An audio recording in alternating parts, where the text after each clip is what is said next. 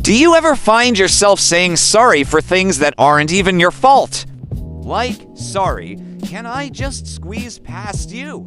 In a crowded aisle? Or sorry, could you repeat that? When you couldn't hear someone, if this sounds like you, you're not alone. Many of us have this habit of over-apologizing, and it's fascinating to dive into the psychology behind it. It's often not about actually being sorry, but about something much deeper. So, why do we do it? One of the biggest reasons is a deep-seated need for harmony and a fear of conflict. For some, saying sorry is a preemptive peace offering. It's a way to smooth over social interactions and make sure no one is upset or annoyed. You might apologize for taking up space, for having an opinion, or even for asking a perfectly reasonable question. It's as if you're trying to say, please don't be mad at me, I'm not trying to be a bother. This often stems from our upbringing. If you grew up in a household where you were frequently blamed or had to walk on eggshells to avoid upsetting a parent or sibling, sorry can become a survival mechanism. It becomes an automatic response to any potential conflict, a way to de-escalate a situation before it even starts.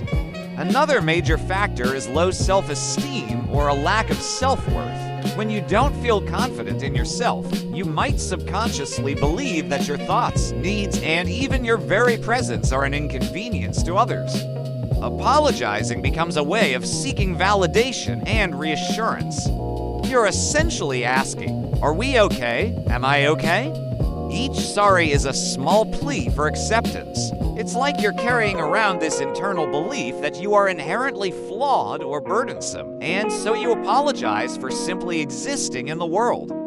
This can create a vicious cycle. You apologize because you feel inadequate, and the constant apologizing reinforces the belief that you have something to be sorry for.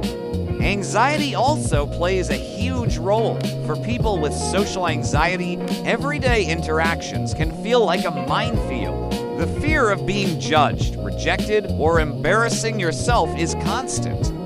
Saying sorry is a way to manage that anxiety. It's a tool to control how others perceive you. By apologizing first, you're trying to head off any potential criticism. It's a way of saying, I know I might be messing this up, so please be gentle with me. You might apologize for speaking too slowly, or for rambling, or for not being interesting enough. It's a defensive strategy born out of a fear of negative judgment. You're constantly scanning for signs of disapproval and using sorry as a shield. Then there's the perfectionist. Perfectionists hold themselves to impossibly high standards. Anything less than perfect feels like a complete failure. So, they apologize for any perceived mistake, no matter how small. If an email has a tiny typo, they'll send a follow-up apology. If they're 2 minutes late to a meeting, they'll apologize profusely. For them, an apology is a way to acknowledge that they've fallen short of their own sky-high expectations. It's a way of saying, I know this wasn't perfect, and I'm disappointed in myself. It's less about how the other person feels and more about their own internal battle with imperfection. Past experiences, especially trauma, can also wire us to over-apologize. If you've been in a relationship, whether it's with a partner, a parent, or a boss where you were constantly made to feel like you were at fault, apologizing can become ingrained in your behavior. It becomes a learned response to keep yourself safe. In abusive situations, victims often learn to take the blame for everything as a way to appease the abuser and avoid further harm. Even long after leaving that situation, the habit can stick. Sorry becomes an echo of a time when it was necessary for emotional or even physical survival. So, we've talked a lot about the why. The big question is, what can we do about it? If you're an over-apologizer, the first step is simply awareness. Start noticing when and why you're saying sorry. Keep a mental tally or even jot it down. Ask yourself, was an apology truly needed here? Did I actually do something wrong? You'll likely be surprised at how often you apologize out of pure habit. Once you're aware of the pattern, you can start practicing word swaps. This is a game changer. Instead of saying sorry for being late, try thank you for your patience. Instead of sorry for rambling, say thank you for listening. See the shift?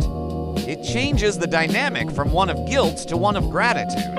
It validates the other person's kindness instead of highlighting your perceived flaw. Instead of sorry to bother you, try excuse me. When you have a moment, could I ask you a question? This asserts your right to ask for help without being apologetic about it. Another powerful technique is to pause before you speak.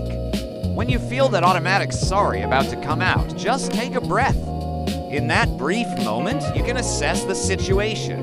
Did you bump into someone? Yes, a simple excuse me or my apologies is appropriate. Are you apologizing for asking your boss a question about a project? No apology needed. That's part of your job. That pause gives you the power to choose your words deliberately instead of reacting on autopilot. Building self-confidence is the long-term solution. This is, of course, easier said than done, but it's crucial. Start by celebrating your small wins.